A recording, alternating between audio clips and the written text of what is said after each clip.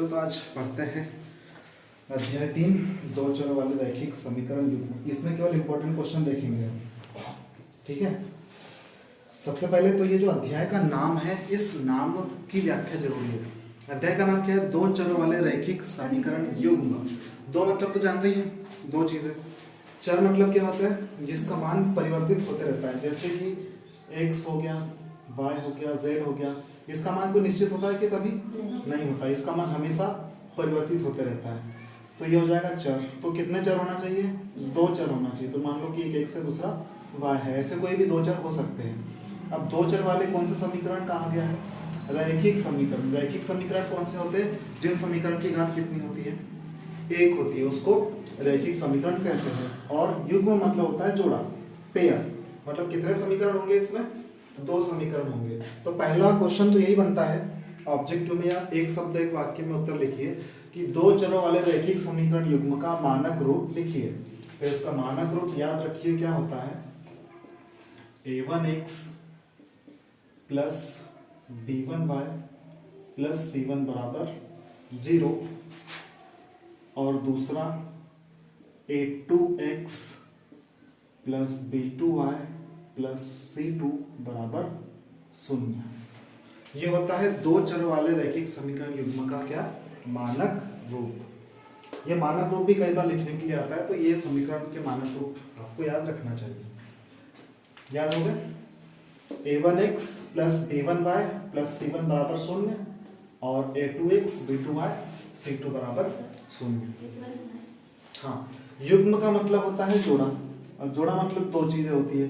तो यहाँ एक समीकरण ये हो गया, दूसरा समीकरण ये हो गया, इसलिए इसको युग्म कहा गया है। यदि युग्म नहीं होता तो केवल ये समीकरण होता, और यहाँ पर वन की भी आवश्यकता नहीं होती।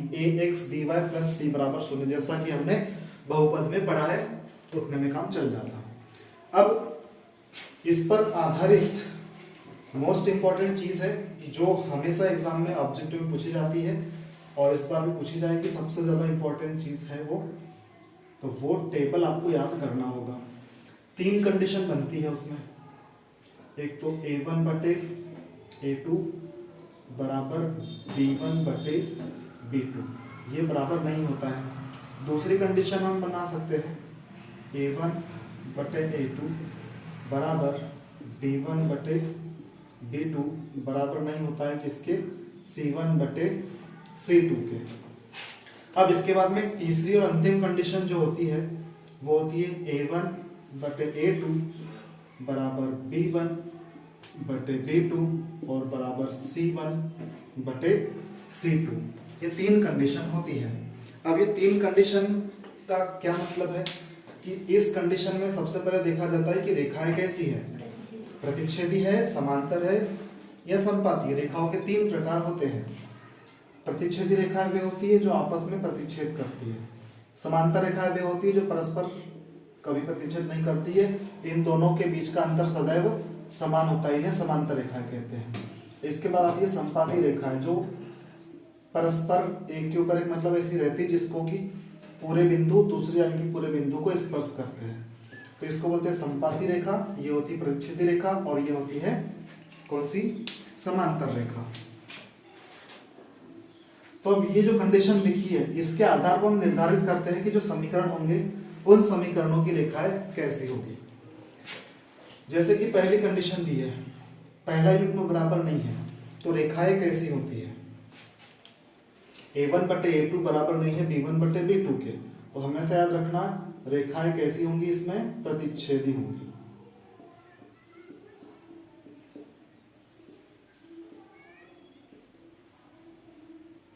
कैसी रेखाएं होती? पहले इसमें प्रतिच्छेदी रेखाएं होती हैं।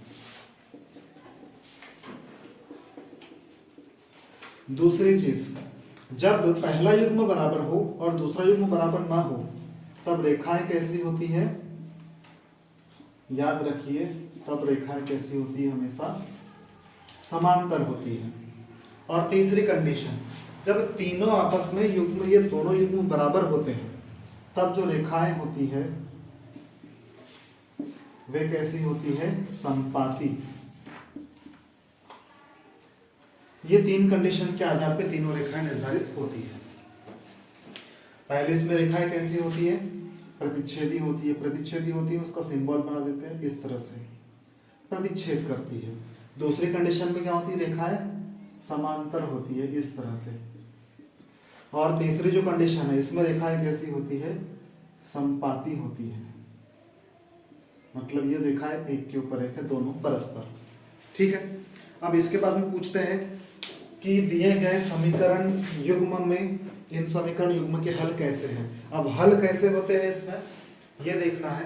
तो जो समीकरण युग्म के हल है, अब इसमें बहुत बार गलती हो जाती है कि हल कितने हैं कैसे पता चलेगा, तो इसमें गलती नहीं होना चाहिए। इसलिए देखो यहाँ पर आप देखिए रेखाएं कितने बिंदु पर स्पर्श कर रही है, एक बिंदु पर स्पर्श कर रही है, तो इसके हल भी कितने होंगे, एक होंगे। यहाँ रेखाएं कितने बिंदु पर स्पर्श कर रही है, कोई भी हल नहीं होंगे। और यहाँ कितने बिंदु पर स्पर्श कर रही है, अनेक, है ना, तो इसके कितने हल होंगे, अनेक हल होंगे। तो ये रेखाओं के माध्यम से हम जान सकते हैं कि इसके हल कैसे होंगे। और इसके बाद पूछा जाता है समीकरण युग्म संगत है या असंगत। तो पहले हम देखते हैं कि इसके हल कैसे होंगे। देखिए केवल एक बिंदु पर स्पर्श कर रहा है यहाँ पे, तो इसके कितने हल होंगे, केवल एक हल। इसको और एक नाम से जाना जाता है अद्वितीय। अद्वितीय मतलब क्या होता है, अद्वितीय मतलब जिसके जैसा दूसरा कोई नहीं, जो सिर्फ एक होता है। उसके बाद है समांतर रेखा। अब समांतर रेखा में यहाँ देख सकते हैं आपकी कोई भी लाइन कहीं पर भी स्पर्श नहीं कर रही, कोई भी बिंदु परस्पर उभयनिष्ठ नहीं है। जब कोई बिंदु स्पर्श नहीं करता है तो हल हो सकते हैं इसके, नहीं हो सकते। तो यहाँ पर कितने हल होते हैं, कोई हल नहीं। इस कंडीशन में हल कितने होते हैं, कोई हल नहीं होता है। अब तीसरी शर्त, यदि ये युग्म और ये दोनों युग्म बराबर है तो हमने देखा रेखाएं कैसी हैं, संपाती है। अब संपाती है तो कितने बिंदु स्पर्श कर रहे हैं, इसकी कोई संख्या नहीं है ना, अपरिमित बिंदु इसमें स्पर्श कर रहे हैं। तो जब रेखाएं परस्पर संपाती होती है तो इसके कितने हल होते हैं, अनेक हल। या ऐसे भी कहा जाता है अपरिमित रूप से अनेक हल होंगे। तो ये तीन चीजें होती हैं। अब इसके बाद एक चीज ये भी पूछ लेते हैं कभी कभी आखिरी में, यदि प्रतिच्छेदी का पूछेंगे तो क्वेश्चन इतना होगा, हल पूछे तो एक स्टेप बढ़ाना पड़ता है, और जब पूछते संगत असंगत का तब फिर एक लाइन और बढ़ाना पड़ता है। तो हम इससे संबंधित एक क्वेश्चन देखेंगे और उस क्वेश्चन में संगत है कि असंगत इस बात को देखेंगे, और उसके माध्यम से हमारी ये तीनों चीजें कंफर्म हो जाएगी। तो हम देखते हैं कि रेखाएं जब प्रतिच्छेदी होती है तो समीकरण युग्म संगत होते हैं कि असंगत होते हैं। तो याद रखना, इसको भी मैं एक ट्रिक बता दूं याद रखने की, कब संगत होंगे और कब असंगत होंगे। तो जब हल होगा तब समीकरण युग्म संगत है, और जब हल नहीं होगा तो समीकरण युग्म असंगत है। तो हल किस कंडीशन में, देखो पहली कंडीशन में एक हल है तो यहाँ पे समीकरण युग्म कैसे होंगे, संगत है। यहां पर हल है क्या, नहीं है, यहां कोई भी हल नहीं है, तो समीकरण युग्म यहां कैसे होंगे, असंगत होंगे। और तीसरी चीज यहां पर आप देख सकते हैं कि हल है तो यहां पर भी समीकरण युग्म कैसे होंगे, संगत होंगे। गारंटेड है इस तरह में से आपका एक या दो नंबर से बहुविकल्पीय प्रश्न में एक या दो नंबर का प्रश्न आएगा ही आएगा, इसलिए कम से कम इतना आपको बिल्कुल तैयार कर लेना है। क्या इसको रिवाइज करने की जरूरत है या समझ गए, एक बार फिर देख ले। पहला चीज इसकी तुलना कहां से करते हैं, ये a1 b1 कहां से आया, तो ये जो पहला समीकरण है इससे a1 आया है, दूसरे समीकरण से a2 है, यहां से b1 वहां से b2, ऐसे ही c1 और c2 यहां से प्राप्त हुआ है। तो हम जो समीकरण दिए रहते हैं उसकी तुलना करते हैं x और y के गुणांकों से। तो यहाँ जब हम इसकी तुलना इससे करते हैं तो यहाँ हम देखते हैं कि पहला युग्म बराबर नहीं है, तब रेखाएं कैसी हो जाती है, प्रतिच्छेदी हो जाती है। और रेखा जब प्रतिच्छेदी होती है तो हल कितने होते हैं, एक हल होते हैं और संगत होता है समीकरण युग्म। फिर यहाँ पर हम देखते हैं पहला युग्म बराबर है, दूसरा युग्म बराबर नहीं है, तब रेखाएं कैसी होती है, समांतर। ये खासकर याद रखना है, इन दोनों में कंफ्यूजन होता है। यहाँ तो देख सकते हैं प्रतिच्छेदी होती है, यहाँ पर दिक्कत क्या आती है, यदि पहला बराबर है फिर बराबर नहीं है तो रेखा कैसी होगी? समांतर होगी। हल कितने होंगे? कोई हल नहीं होगा, तो समीकरण युग्म कैसे होंगे? असंगत होंगे। तीसरी चीज, जब दोनों युग्म बराबर है तो रेखा कैसी होगी? संपाती होगी। तो हल कितने होंगे? अनेक हल। और हल है इसलिए समीकरण युग्म कैसे होंगे? संगत होंगे। क्लियर है इतना? कोई डाउट किसी को इसमें? No doubt. इसके बाद थोड़ा समीकरण निर्माण देख लेते हैं। कई बार परीक्षा में 2 नंबर में या 1 नंबर में समीकरण बनाने के लिए आ जाता है कि 2 चरों वाले रैखिक समीकरण युग्म का निर्माण कीजिए। तो वो कैसे करते हैं? उसके लिए हमें कुछ इबारत दी रहती है। ये सिर्फ 2 नंबर या 1 नंबर में आता है। 4 नंबर में समीकरण बनाने के लिए नहीं आता है, बनाने को हल करने के लिए आता है। तो जैसे उसमें देखते हैं कोई एक उदाहरण डेली लाइफ से रिलेटेड। जैसे मान लीजिए कि 2 पेंसिल और 5 पेन, इसका जो मूल्य है वो कितना है? अपने मन से मान लेते, जैसे कि इसका जो मूल्य है वो मान लेते हैं कि 20 रुपए है ना। और दूसरी एक चीज फिर दी रहती है 2 के बाद में, इसी प्रकार से 3 पेंसिल व 7 पेन का मूल्य यदि 30 रुपए है तो समीकरण युग्म बनाइए। कैसे बनाते हैं देखो, ये जो मूल्य लिखा है, हमें मूल्य पता है क्या? यहाँ पर मूल्य पता नहीं है, तो हम मान लेते हैं, माना कि पेंसिल का मूल्य कितने रुपए है? 100 रुपए है। और पेन का मूल्य कितने रुपए है? y रुपए है ना। जरूरी नहीं कि आप 100 रुपए माने, आप इसके अलावा भी और कुछ मान सकते हैं। तो ज्यादातर 100 रुपए माना जाता है, इसलिए हमने पेंसिल को x माना और पेन के मूल्य को y माना है। तब यहाँ देखिए 2 पेंसिल कहा गया है और पेंसिल को क्या मान रहे हैं हम? x मान रहे हैं, और पेन को क्या मान रहे हैं? y मान रहे हैं। तो पेंसिल, 2 पेंसिल मतलब क्या होगा? 2, और पेंसिल मतलब क्या? x। और पेन का मूल्य दोनों को जोड़कर जो पैसा लग रहा है वो कितना? 20 रुपए है। तो 2x धन 5y, 5 पेन मतलब 5y बराबर कितना? 20। ये हो गया, बन गया समीकरण। कोई दिक्कत? इसके बाद 3 पेंसिल मतलब कितना? 3x धन 7 पेन मतलब ये 7, और पेन मतलब y बराबर कितने रुपए है? 30 रुपए। ये बन गया समीकरण। ये समीकरण 1 हो जाएगा, ये समीकरण 2 हो जाएगा। इस तरह से समीकरण बनते हैं। आसान काम है। अब हल करना है तो किस विधि से हल करना है ये प्रश्न में दिया रहेगा, और यदि नहीं दिया है तो आपकी जो मर्जी होगी, आप चाहे प्रतिस्थापन से कर सकते हैं या विलोपन से कर सकते हैं। इसमें से मोस्ट इंपॉर्टेंट चीज इसके बाद में वही आती है, एक प्रतिस्थापन विधि है और दूसरी विलोपन विधि है। 100% है, ये परीक्षा में आना ही आना है। एक और उदाहरण यदि देखना, जैसे 3 बल्ले या गेंद का मूल्य इतना की समझ आ गया इतना? सर बटे वाला भी बताओ सर। वो जो समीकरण बनते हैं वो क्वेश्चन में लिखे होते हैं। आगे बोला है कि एक पेंसिल का मूल्य तथा एक कलम का मूल्य ज्ञात कीजिए।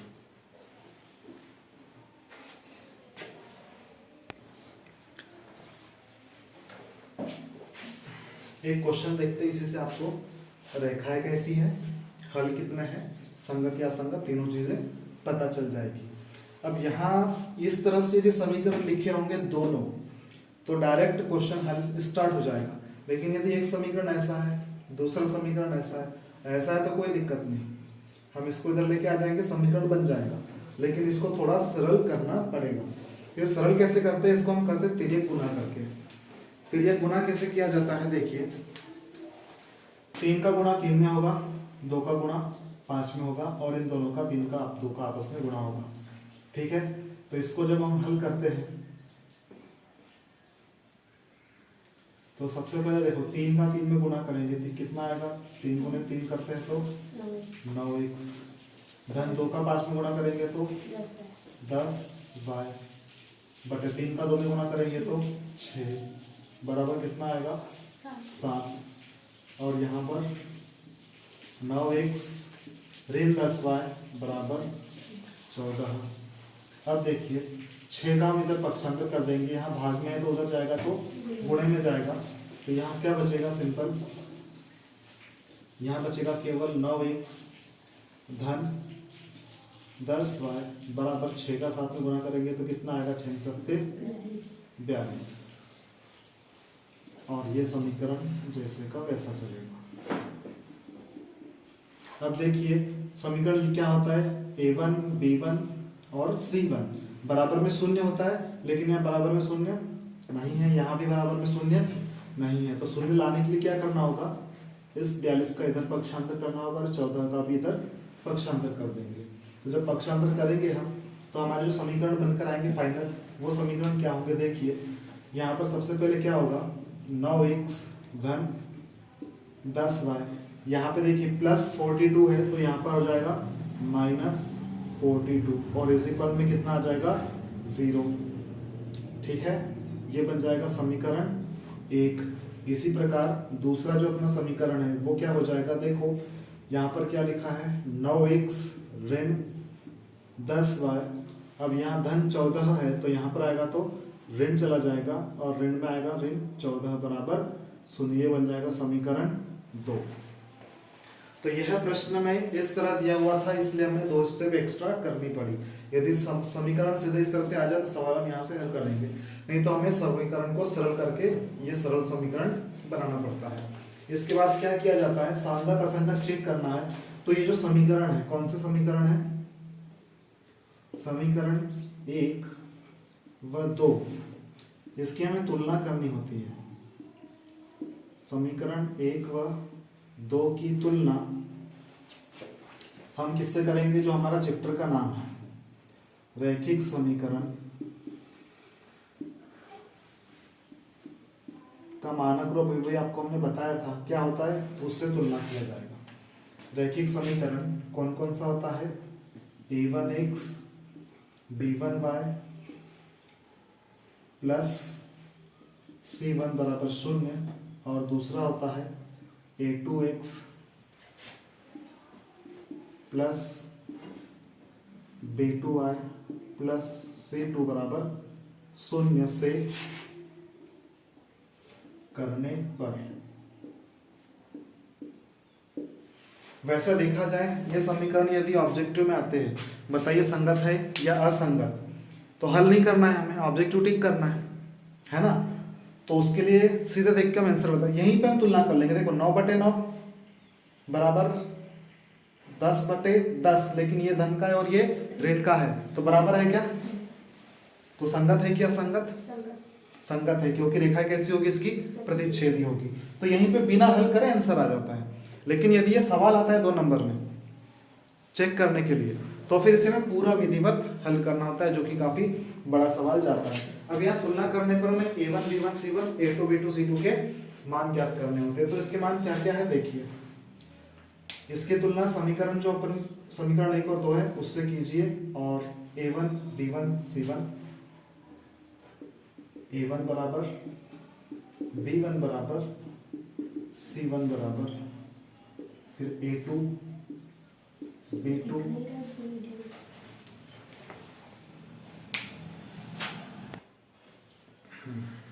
अब यहाँ a1 का मान कितना है, पहले समीकरण की तुलना पहले समीकरण से करेंगे। वैसे यहाँ पे एक चीज लिखना चाहिए, समीकरण 1 व 2 की तुलना क्रमशः रैखिक समीकरण इससे और इससे करने पर।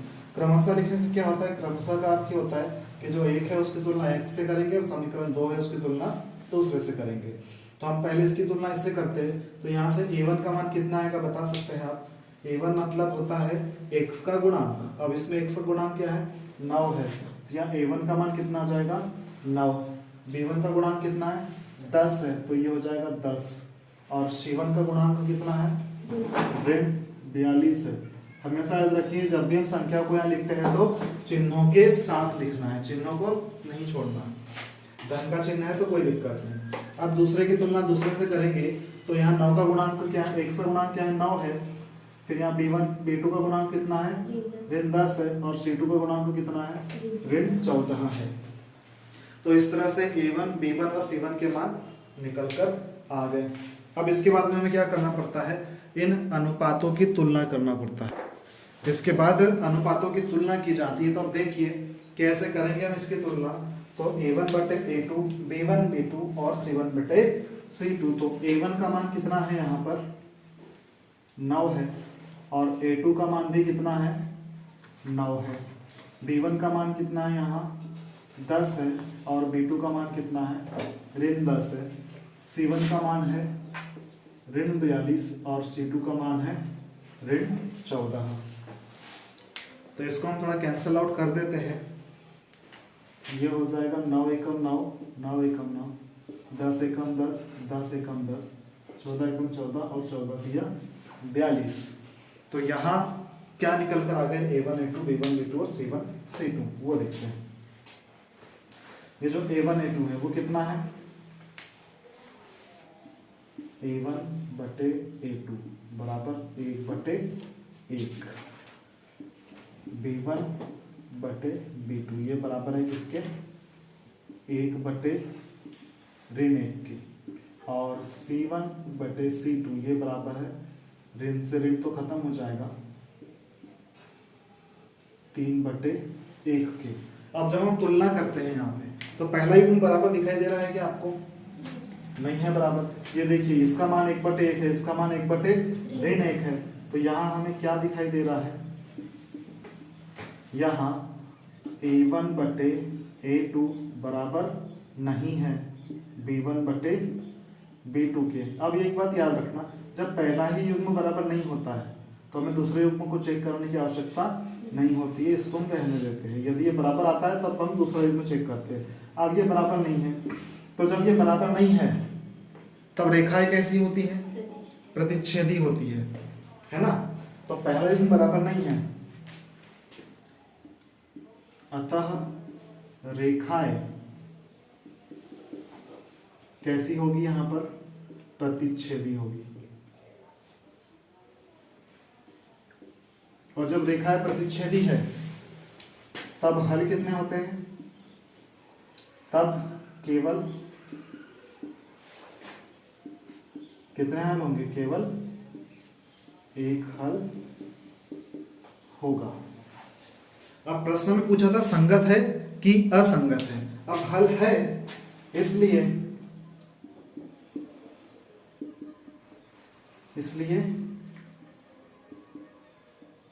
दिए गए समीकरण युग्म, दिए गए समीकरण युग्म कैसे होंगे, संगत है।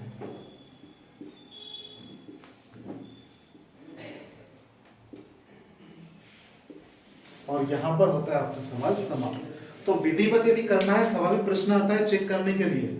यदि पूछे रेखाएं कैसी है तो यहां तक करना है रेखा है, यदि पूछे हल कितना है तो ये लाइन लिखनी पड़ेगी, और यदि संगत असंगत पूछा तो ये तीनों लाइन यहाँ पर लिखनी पड़ेगी। और इस तरह से पूरा सवाल विधिवत आपको सेम टू सेम जैसा लिखा है इसी तरह से परीक्षा में उतारना, तब भी पूरे नंबर मिलेंगे, अन्यथा नंबर में कटौती की जा सकती है।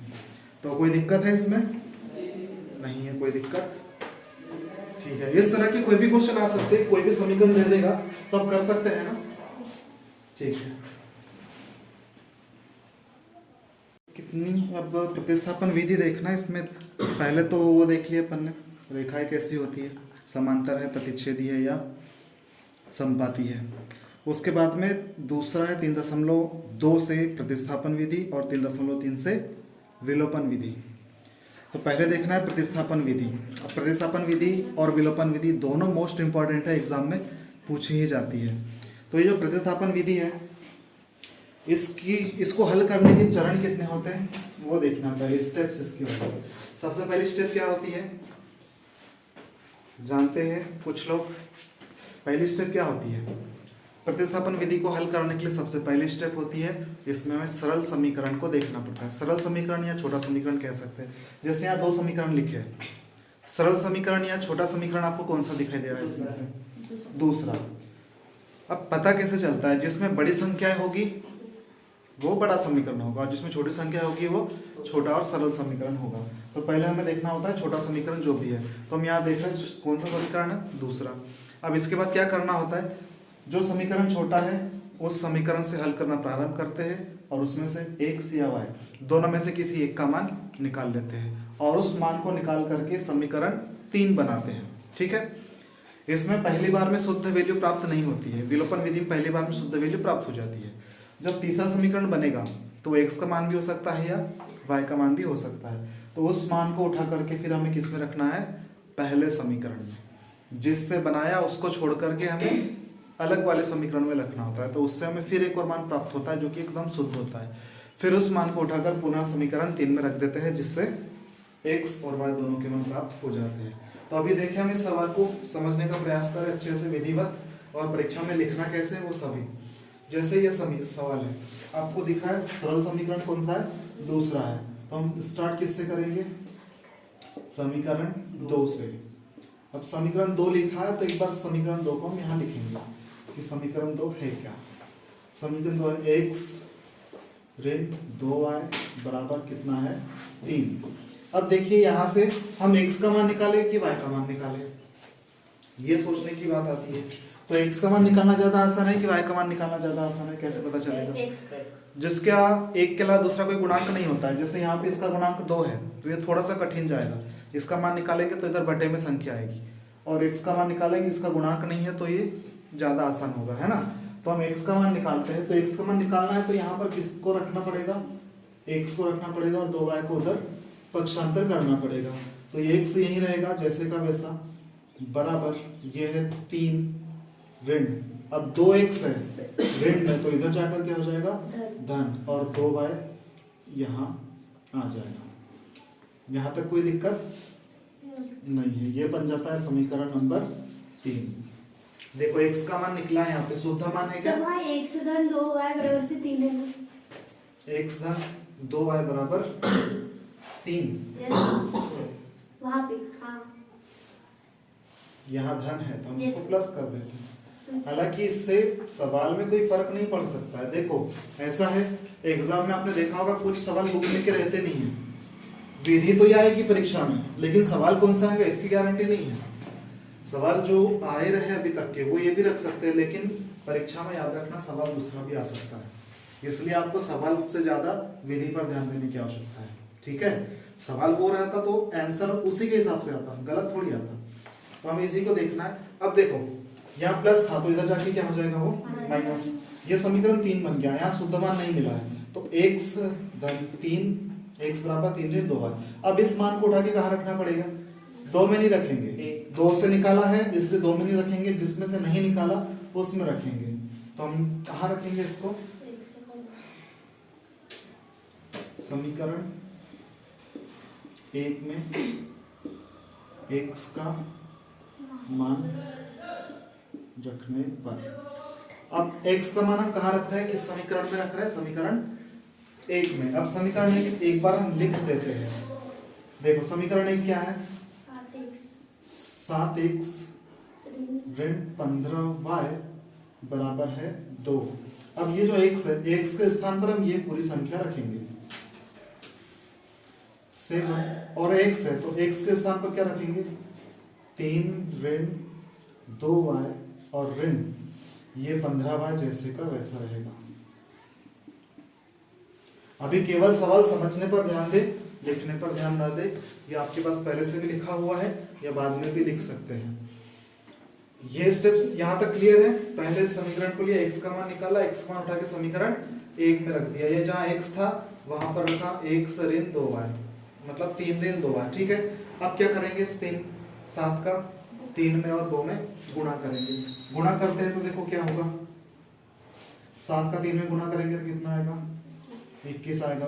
फिर 7 का 2 में गुणा करेंगे तो कितना आएगा, 14 आएगा। फिर ये y जैसे का वैसा रहेगा, फिर ऋण और फिर 15y बराबर 2। अब देखो y वाले एक तरफ रहेंगे और बिना y वाले एक तरफ रहेंगे, तो यहाँ पर हम 21 को उधर पक्षांतर कर देते हैं।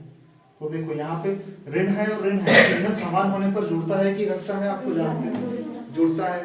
तो 14 और 15 कितने होते हैं, 29 y। ऋण है तो ऋण तो आना ही है, बराबर यहाँ पर कितना है, 2 है। अब 21 यहाँ पे प्लस का था, इधर जाएगा तो माइनस का हो जाएगा और 21 हो जाएगा। अब 2 ऋण कितना है 21, कितना आ जाएगा? ये अभी यहीं रहने दो, इसको जैसे को वैसा। ऋण 29 y बराबर 2 ऋण 21, ये आ जाएगा ऋण 19। अब एक काम करते हैं, इस 29 को मैं उठा के यहाँ से पक्षांतर कर देता हूँ। अब यहाँ देखो, ये भाग गुणे में है कि भाग में? यहाँ गुणे में है, तो उधर जाएगा तो कहाँ होगा? भाग में। तो ये देखिए गुणे में था, इधर आ गया ऋण 29, ऋण से ऋण खत्म। तो y का मान क्या निकल कर आ गया?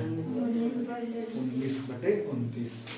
अब ये जो मान निकला है, ये किस समीकरण से निकला है? देखो,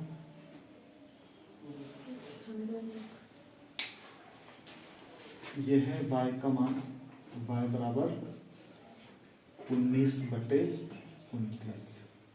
ये शुद्ध मान एक प्राप्त हो गया है। अब ये y का मान देखो, समीकरण 1 से निकाला है, तो इसको हम 2 प्रकार से हल कर सकते हैं। यह जो मान निकला है, अब 1 से निकाला तो वापस 1 में तो रख नहीं सकते, या तो 2 में रखेंगे या फिर 3 में रखेंगे। अब आप खुद समझदार है कि हमें किस में रखना ज्यादा ठीक रहेगा। 2 में रखेंगे तो एक बार फिर पक्षांतर करना पड़ेगा, इसलिए 1-2 स्टेप यहाँ ज्यादा होगा, थोड़ा कठिन होगा। 3 में रखेंगे तो ज्यादा आसान होगा, इसलिए हमेशा याद रखना, जब एक मान निकल जाता है तो हमें जो मान निकला है उसको किस में रखना पड़ेगा? समीकरण 3 में रखना पड़ेगा। अब यहाँ रखेंगे तो सीधे यहाँ मान रखेंगे, इसको हल करेंगे तो x का मान निकल आएगा। तो अब देखते हैं समीकरण 3 क्या है, और उसमें मान रखेंगे y का। तो समीकरण 3 में y का मान रखने पर, समीकरण 3 देखो क्या है, एक बार समीकरण को हम लिख देते हैं। देखिए x बराबर 3 ऋण कितना है? 2y। तो मान किसके स्थान पे रखना है? y के स्थान पे रखना है। ये 3 ऋण 2 गुणित, अब y का मान कितना है? देखिए ये है 19/29। इसको थोड़ा सा हल करेंगे तो क्या होगा? देखिए 3 ऋण 2 का 19 में गुना कर दो, कितना आएगा? 19 दूनी कितना होता है? 38 कितना आ जाएगा? 29। अब यहाँ पे हम एलसीएम लेंगे तो 19 का गुना होगा 3 में, 19 दिया कितना होता है? 87 होता है। 87 ऋण 38 बटे कितना रहेगा? 29। 87 में से 38 घटाओ, कितना बचता है? 49/29। ये वैल्यू किसकी हो गई? x की।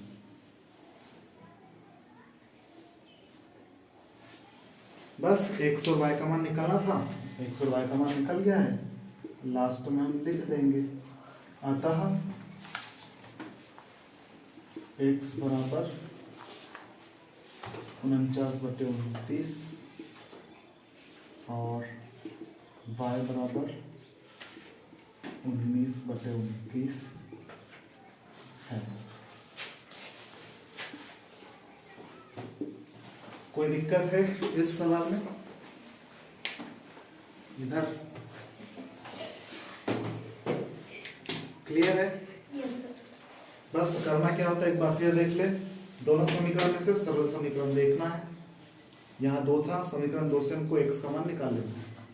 तो उसको उठाकर हम 2 से निकाला तो उसको कहाँ रखेंगे? 1 में। तो 1 में रखा, इससे आपको एक y का मान शुद्ध प्राप्त हो गया। फिर इसी मान को उठाकर समीकरण 3 में रख देना है और उसको हल करेंगे तो आंसर आ जाएगा। तो यह विधि की प्रोसेस आपको याद रखनी है कि चरण करना कैसे कैसे। अब सवाल कोई भी आ जाए, विधि याद हो तो बन जाएगा। हाँ, एक चीज और है, परीक्षा में अब आपका सवाल सही है कि नहीं है ये पता कैसे चलेगा? तो ये जो x और y के मान निकलते हैं, आप किसी भी एक समीकरण में रख दे, लेफ्ट हैंड और राइट हैंड बराबर आएगा, उसका मतलब आपका आंसर सही है।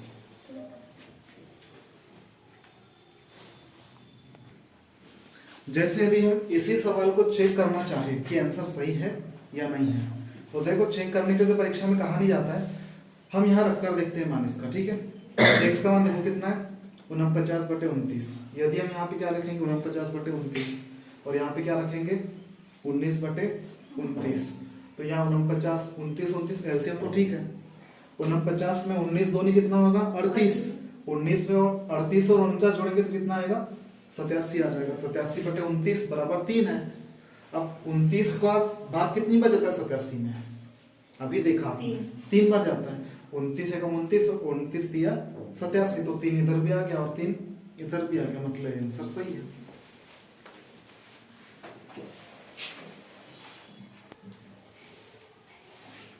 इसके बाद अगला जो सबसे महत्वपूर्ण प्रश्न है वो देखिए, इस तरह के सवाल तो आप सभी कर सकते हैं, विधि समझ में आ गई तो है ना। अब इसके बाद अगला जो महत्वपूर्ण प्रश्न है वो y बराबर mx प्लस 3 वाला है। लेकिन ये जो सवाल बुक में जैसा दिया है ऐसा आता नहीं है। x का और y का मान आपको पहले से दिया रहेगा, उसका मान इसमें रखना पड़ेगा जिससे कि y का मान निकल जाएगा m का मान, उस पर टिक कर लेंगे। दूसरा सवाल, तीसरा सवाल हम देखते हैं। तीसरे हाँ इसी प्रश्न में 3.2 का सवाल दूसरा, तो इसको इंपॉर्टेंट कर लो। इसके बाद mx धन 3 वाला। इसके बाद जो प्रश्न तीसरा है, प्रश्न तीसरे में से पहला और दूसरा प्रश्न ये ज्यादा इंपॉर्टेंट। पहला प्रश्न है दो संख्याओं का अंतर 26 है और एक संख्या दूसरी संख्या की 3 गुनी है, तो वे संख्या ज्ञात कीजिए। दूसरा, दो संपूरक कोणों में से बड़ा कोण छोटे कोण से 18 अधिक है, तो उन्हें ज्ञात कीजिए। ये दो सवाल इसमें ज्यादा महत्वपूर्ण है, ये 12वीं वाले सवाल। और एक सवाल है 5वां जिसमें हमें भिन्न ज्ञात करना होता है। तो हम अभी देख लेते हैं तीसरे का पहला सवाल। दो संख्याओं का अंतर 26 है, पहली संख्या दूसरी संख्या की 3 गुनी है। तो हम मान लेते हैं कि इसकी पहली संख्या क्या है x है। x के स्थान पे आपको जो इच्छा हो आप मान सकते हैं। तो दो संख्याओं का अंतर 26 है। यदि पहली संख्या x है तो बताइए दूसरी संख्या क्या होगी। हाँ मैं जानता था आप अधिक से ज्यादा बच्चे यही उत्तर देंगे, क्योंकि x के बाद y आता है, तो पहली संख्या x है तो दूसरी संख्या y है। ऐसा नहीं होता है। उदाहरण के लिए जैसे दो संख्या का योग 5 है, एक संख्या 3 है, तो बता दूसरी क्या होगी, 4 होगी क्या? क्या होगी? पता कैसे चला? 5 में से 3 आपने घटा दिया। ऐसे दो संख्याओं का योग 26 है। अब पहली x है तो दूसरी क्या होगी? संख्या x है दूसरी संख्या y है। अब दो संख्याओं का अंतर 26 है, तो पहली संख्या ऋण दूसरी संख्या, तो पहली संख्या x दूसरी संख्या y, दोनों का अंतर कितना है 26 है। बन गया समीकरण 1। इसके बाद बोला है पहली संख्या दूसरी संख्या की 3 गुनी है, तो पहली संख्या बराबर दूसरी संख्या की मतलब गुना कितना 3, तो x बराबर 3y हो गया इतना।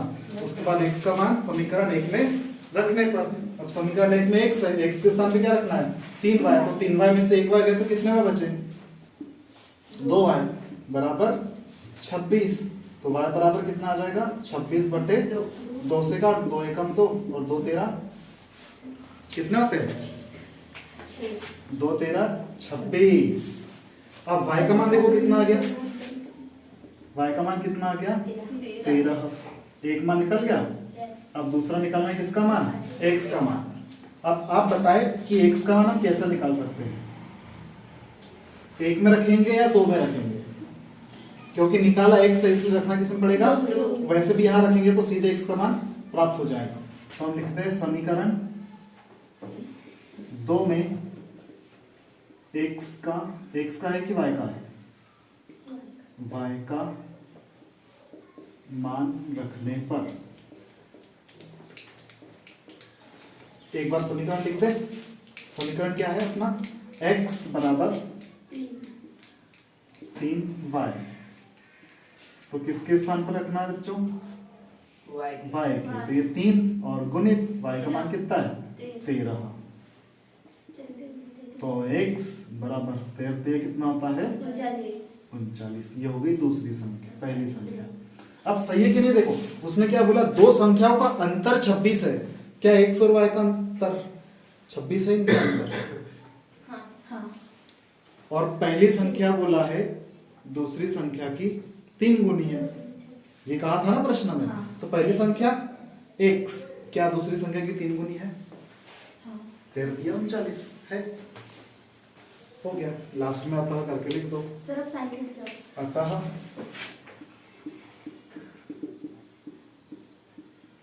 पहली संख्या 39 व दूसरी संख्या कितनी है? 13 है। तो ये बहुत ही आसान सा सवाल था। इबारत वाला ये जो सवाल है विलोपन विधि का, ये कई बार आता है। मतलब इसमें क्या करना पड़ता है, इसमें समीकरण बनाना पड़ता है, उसके बाद उसको हल करना पड़ता है। समीकरण दिया रहेगा तो वो आसानी से हो जाएगा, लेकिन समीकरण बनाना आना चाहिए। जैसे अब देखो समीकरण बनाते कैसे। क्या पूछा गया है सवाल में, यदि हम अंश में एक जोड़ दें और हर में से एक घटा दें तो भिन्न 1 बदल जाती है, और यदि हर में एक जोड़ दे तो वह 1/2 हो जाती है। तो वह भिन्न क्या है? तो वो भिन्न क्या है? तो पहले अपन भिन्न को मानना पड़ेगा कि वो भिन्न क्या है। मान लेते हैं कि वो भिन्न क्या है। माना कि वह भिन्न, क्या मानना है बता सकते हैं। भिन्न क्या है भी बटे के रूप में लिख लेते हैं, तो भिन्न क्या मान लेते हैं अपन, वह भिन्न x/y है। तो अब देखिए पहले क्या कहा है, यदि अंश में एक जोड़ दे और हर में से एक घटा दे तो भिन्न क्या बन जाती है? 1 में बदल जाती है। अब देखो हल कैसे करना है इसको। सबसे पहले हम यहाँ से स्टार्ट करेंगे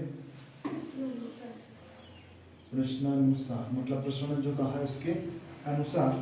क्या कहा है? अंश में एक जोड़ दे और हर में एक घटा दे। अंश क्या है देखिए, अंश x है, उसमें एक जोड़ दे बोला है, ये एक जोड़ दिया अपन ने, और हर में एक घटा दे तो हर क्या है? y। इसमें से एक घटाने के लिए कहा है तो एक हमने घटा दिया, तब वो भिन्न क्या बन जाती है? 1 में बदल जाती है। इस तरह से, ठीक है। अब त्रियक गुना कर देते हैं इसका। त्रियक गुना करने से क्या होगा, ये इधर जाएगा तो ये हो जाएगा x धन 1 बराबर y का 1 में गुना करें, इनका तो कोई फर्क नहीं पड़ता है, जैसे का वैसा रहेगा। अब हम x को उधर भेज देते हैं और y को इधर ले आते हैं, तो ये बन जाएगा x ऋण y बराबर ऋण 1 और ऋण 1। तो x ऋण y बराबर कितना आ गया? x ऋण y बराबर ऋण 1 और ऋण 1 ऋण 2। ये बन गया समीकरण 1। समझे कैसे बनाते समीकरण? आसान है। अब पुनः प्रश्नानुसार, क्योंकि अब और क्या दिया हुआ है देखते हैं। पुनः दूसरी स्थिति में क्या कहा गया है, यदि हर में एक जोड़ दे, किस में जोड़ना है? एक हर में। अंश में कुछ नहीं करना है, तो अंश जैसे का वैसा रहेगा। हर y है, इसमें एक जोड़ने के लिए कहा तो हम इसमें एक जोड़ देते हैं, अंश से कोई छेड़छाड़ नहीं होगी, तो ये क्या बन जाती है? 1/2 बन जाती है। ठीक, अंश में एक नहीं, हर में एक जोड़ दे तो क्या बन जाती है? 1/2 बन जाती है, तो ये 1/2 बन गई। अब यहाँ फिर क्रॉस मल्टीप्लाई कर दो, 2 का गुना x में कर देंगे तो क्या हो जाएगा? 2x हो जाएगा, और y धन 1 का गुना इसमें करेंगे तो y धन 1 रहेगा। y को इधर लेके आ जाते हैं, तो समीकरण क्या बन जाएगा? 2x और प्लस y है, यहाँ पर आकर माइनस y, और बराबर क्या रहेगा? ये हो जाएगा समीकरण नंबर 2। ठीक है, बस 2 समीकरण बन गए। अब इसको विलोपन से हल करना है, अब तो कोई दिक्कत वाली बात है नहीं, है ना। और ये सवाल इससे देखो, यहाँ पर हमें x के स्थान पे y को हटाना ज्यादा उचित होगा, क्योंकि यहाँ पे एक जैसे दिख रहे हैं, है ना। और चिन्ह देखो, चिन्ह समान है कि अलग अलग है? समान है। तो आपको बता था जब चिन्ह समान होते हैं तो क्या करना होता है? घटाना पड़ता है। तो किस समीकरण में से किस समीकरण को घटाएंगे?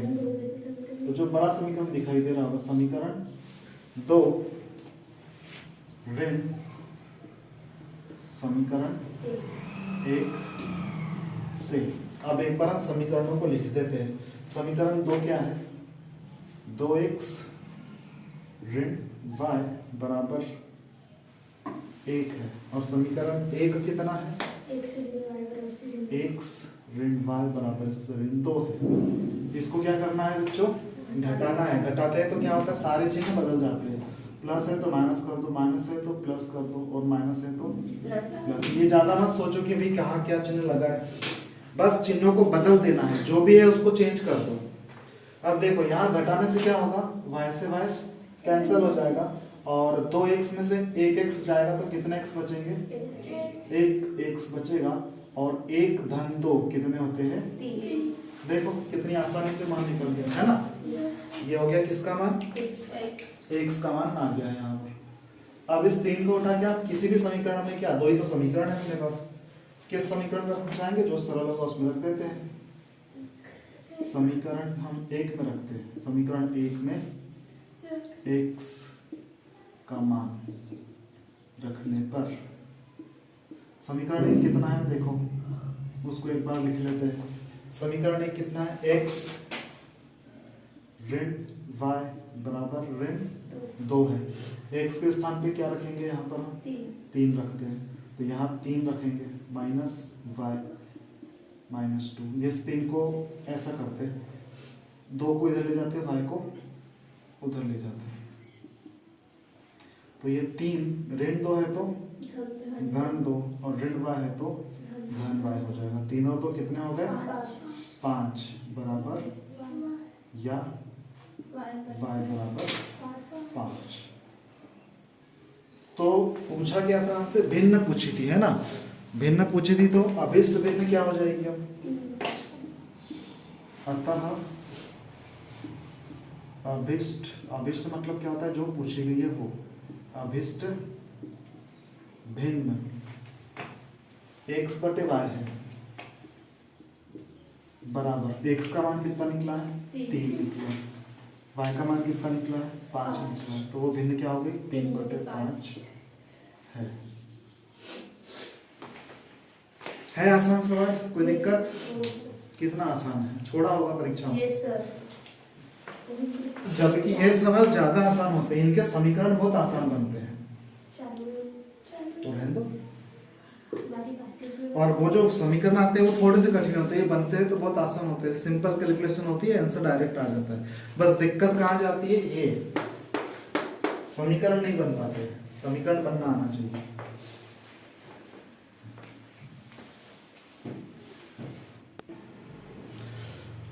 अब एक प्रश्न है 3.2 का प्रश्न 3 का प्रश्न क्रमांक 5। परीक्षा में जब ये सवाल आते हैं तो इसमें विधि नहीं दी होती कि आपको इसी विधि से करना है, लेकिन सरल कौन सी होती है, विलोपन विधि। इसलिए हम इस अभी जो सवाल बताया आपको, इसी के जैसा एक और सवाल है, उसको हम विलोपन से करके देखते हैं। आपको बस विधि समझना है। देखो, यदि किसी भिन्न के अंश और हर में 2 जोड़ दिया जाए, इसका मतलब यहाँ पर भी क्या करना है, भिन्न ज्ञात करना है, तो इसको हम विलोपन से करते हैं। तो मान लेते हैं वह भिन्न क्या होगी, माना कि वह भिन्न x बटे y है। तो प्रश्नानुसार, अब प्रश्न में जो कथन लिखा है उसको ध्यानपूर्वक पढ़े पहले, तो पहली वाली लाइन क्या कहा गया है, यदि किसी भिन्न के अंश और हर में 2 जोड़ दिया जाए। अंश में और हर में क्या करना है, 2 जोड़ना है। देखो अंश कितना है, एक बार और देख लो ये सवाल, फिर आप समझ जाएंगे पूरा तरह से। देखो अंश कितना है, x है, हर कितना है, y है, दोनों में क्या जोड़ना है, 2। ये जोड़ दिया, अंश और हर में 2। क्लियर है इतना। तो क्या बन जाती है वो भिन्न, तो वह 9/11 हो जाती है। ठीक है, अब 3 गुना करेंगे, इसका इधर और इसका इधर। 11 का हम x में गुना करेंगे, एक बार ऐसा लिख देता हूँ, 11 x धन 2 और 9 y धन 2। 11 का गुना इसमें कर दिया और इसका गुना 9, 3 गुना कर दिया। अब 11 के अंदर गुना करते, 11 का x में करेंगे तो 11x होगा, 11 का 2 में करेंगे तो 22 होगा, 9 का y में करेंगे तो 9y होगा, और 2 में करेंगे तो 18 होगा। y वाला इधर लेके आ जाओ, बिना y वाला उधर भेज दो। तो ये क्या है 11x ऋण 9y बराबर 18 ऋण 22। घटा दो, कितने बचे बता दो। ऋण 4। ये है समीकरण नंबर 1। इस तरह से बनता है समीकरण, समझ गए। अब पुनः क्या कहा गया है देखते हैं। अगेन दूसरे लाइन पढ़ो, क्या लिखिए ठीक से।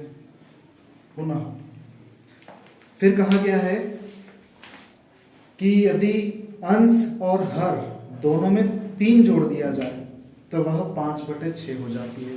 मतलब इस बार कितना जोड़ना है अंश और हर में 3। यह है अंश, इसमें 3 जोड़ दिया, और हर इसमें भी 3 जोड़ दिया, तब क्या बन जाती है भिन्न 5/6 हो जाती है।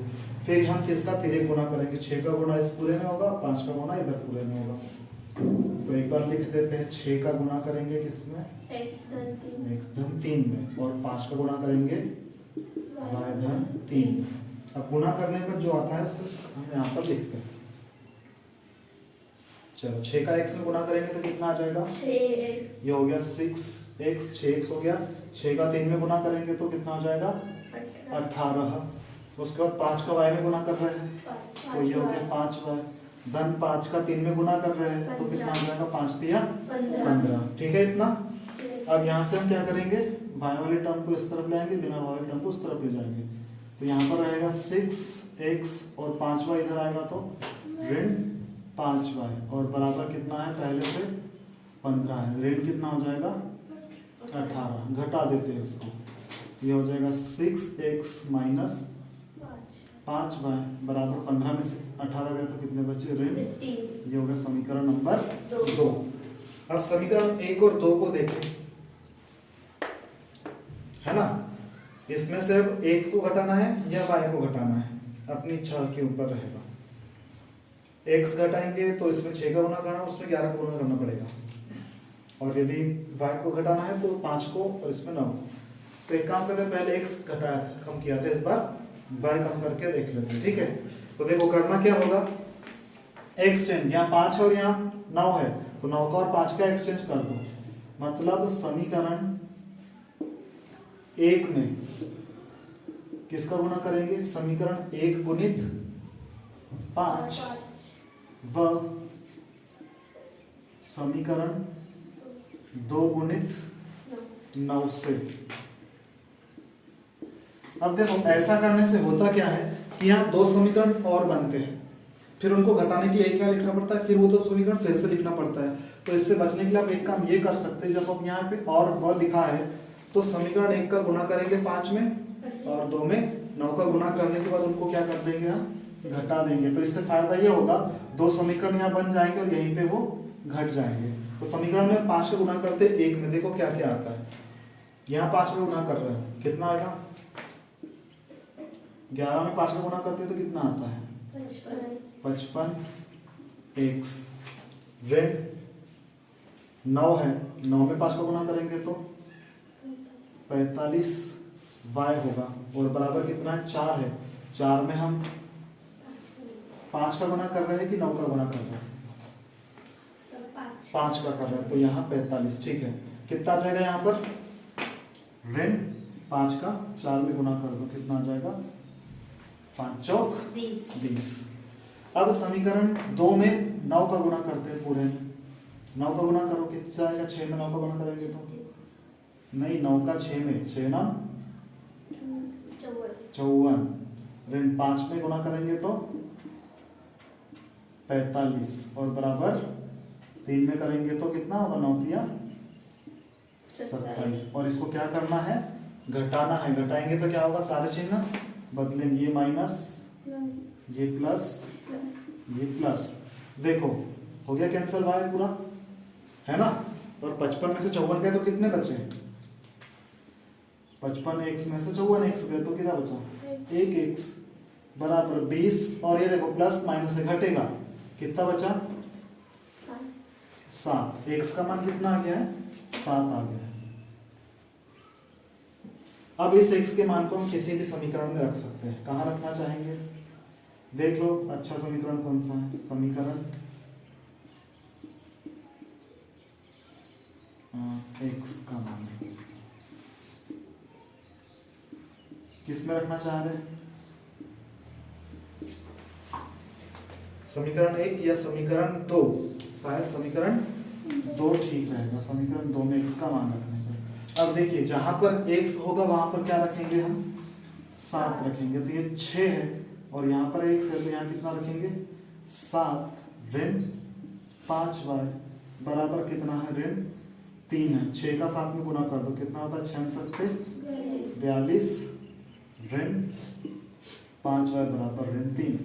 42 को उधर भेज देते हैं तो कितना हो जाएगा, यहाँ रहेगा ऋण, ऐसा करते हैं हाँ 42 को नहीं भेजते, ऋण 5 को उधर भेजते हैं और 3 को इधर ले आते हैं, तो ये हो जाएगा 42 धन 3 और बराबर ये ऋण है तो इधर धन। मैंने इसको इसलिए इधर लाया ताकि y क्या रहे धन में रहे, इसलिए नहीं तो फिर इनसे ऋण काटना पड़ता है। चलो 3 जोड़ देंगे हम इसमें, 42 में 3 जोड़े तो कितना होते हैं 45 होते हैं बराबर 5y। अब ये जो 5y है इसमें से 5 की आवश्यकता यहाँ पर नहीं है तो क्या करेंगे उस 5 का हम इधर पक्षांतर कर देंगे, तो 5 किस में है गुणे में है, इधर आएगा तो भाग में होगा, तो फाइनली y बराबर कितना आ जाएगा, y बराबर हो जाएगा 45/5 और 5 से कितनी बार कट जाएगा 5 एकम 5 और 5 9 45। y का मान कितना आ गया 9 आ गया।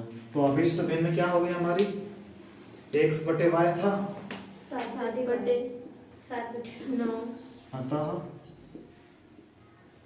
अभिष्ट भिन्न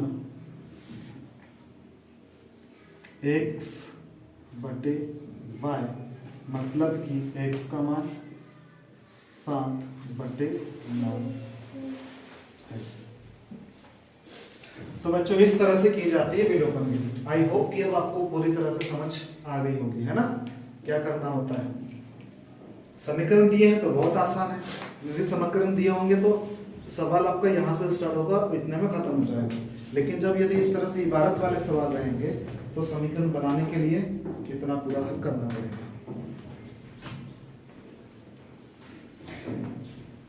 इसके अलावा फिर इसमें इंपॉर्टेंट में आप लोग 3.3 का तीसरा और पहले का तीसरा और 2 का दूसरे सवाल का तीसरा, 2 अंकों की संख्या को पलटने पर वो 9 जो योग आता है वो वाला सवाल टिक कर ले बस। इसके बाद हम अध्याय अगला पढ़ते हैं।